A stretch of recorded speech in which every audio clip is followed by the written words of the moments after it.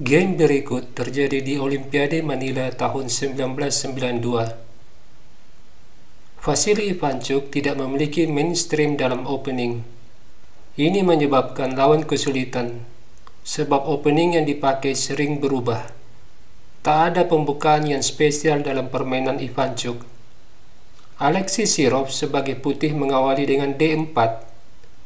Ivanchuk membalas pion E6, memancing Sirov agar bermain pertahanan Prancis.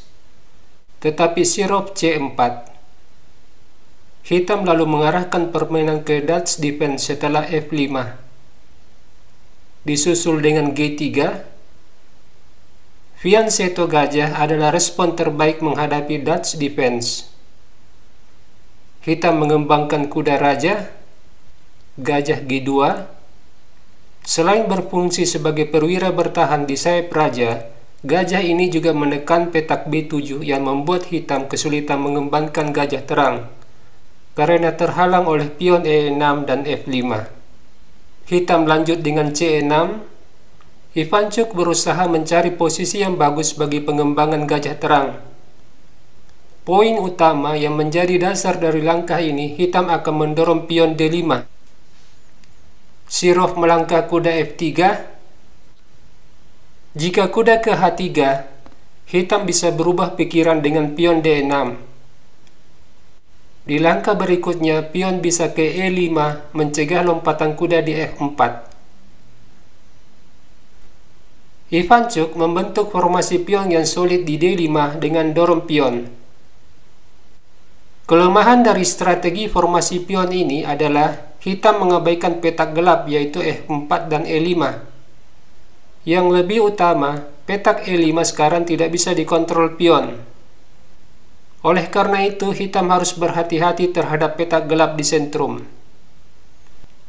Sirov mengamankan raja dengan rokade, diikuti dengan gajah D6.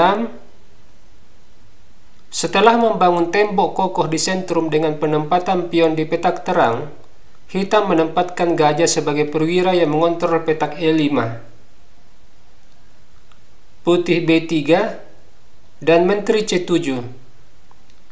Langkah yang logis dan bagian dari strategi Ivanchuk.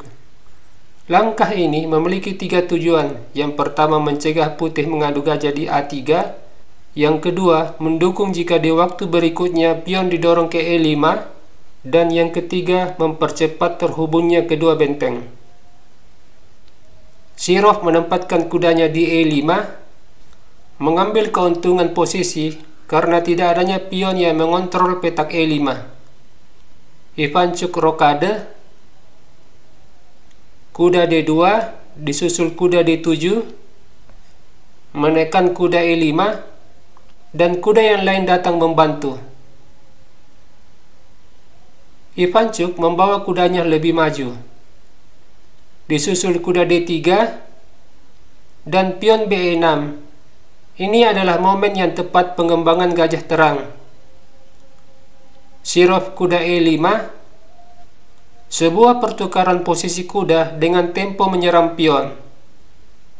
Gajah melindungi pion dan membuat kedua benteng saling terhubung. Meskipun diagonalnya tertutup oleh pionnya sendiri, tetapi di masa depan pion bisa didorong ke C5. Gajah ini juga bisa manuver ke A6. Di langkah ke-13, Sirov menukar kuda. Menteri kali kuda, pion usir kuda, kuda ke F6, dilanjutkan dengan pion menyerang gajah, mendahului rencana hitam dorong pion C5. Ivanchuk memukul pion, kuda kali pion, terjadi pertukaran gajah dan kuda. Setelah pion kali gajah, putih kehilangan kontrol atas petak E5. Hal ini membuat hitam memiliki kesempatan dorong pion E5. Sekarang hitam memiliki 3 pion di sentrum. Ini jelas keunggulan ruang karena menguasai beberapa petak di baris keempat. Di langkah ke-18, Sirov melakukan blunder dengan pion E4. Sebuah kesalahan berpikir dari Sirov dan mengakibatkan ia kalah dengan cepat. Mari kita lihat dampak dari langkah ini. Setelah Ivancuk melangkah gajah A6, nampak gajah hitam mendapat keuntungan dari langkah terakhir putih. Sementara Sirop sibuk dengan rencananya sendiri.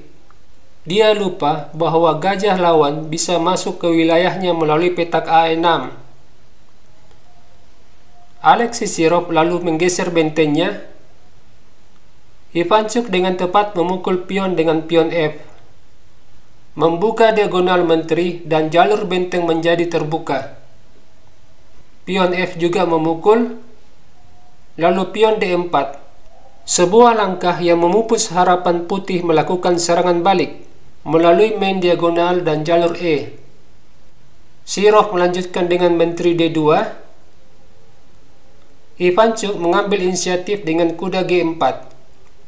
Sekarang ia akan mengeksploitasi keunggulannya, di mana dia memiliki dua faktor keunggulan, yaitu benteng menguasai jalur F dan gajah yang mengontrol petak F1.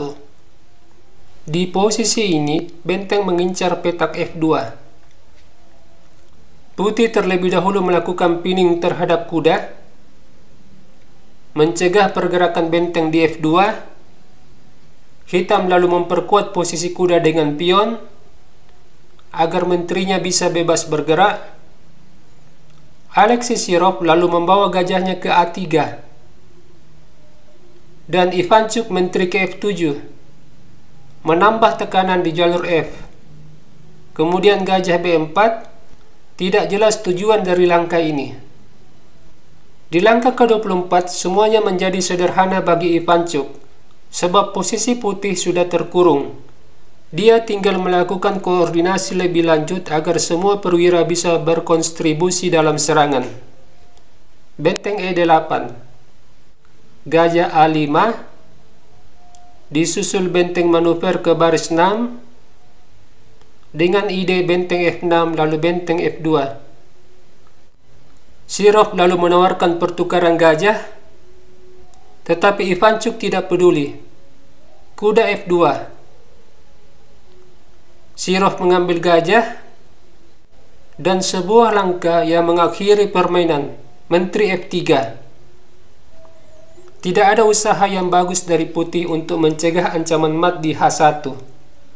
Putih juga terancam dengan ancaman mat dengan kuda H3. Sebuah permainan di mana para perwira putih berada di posisi yang salah.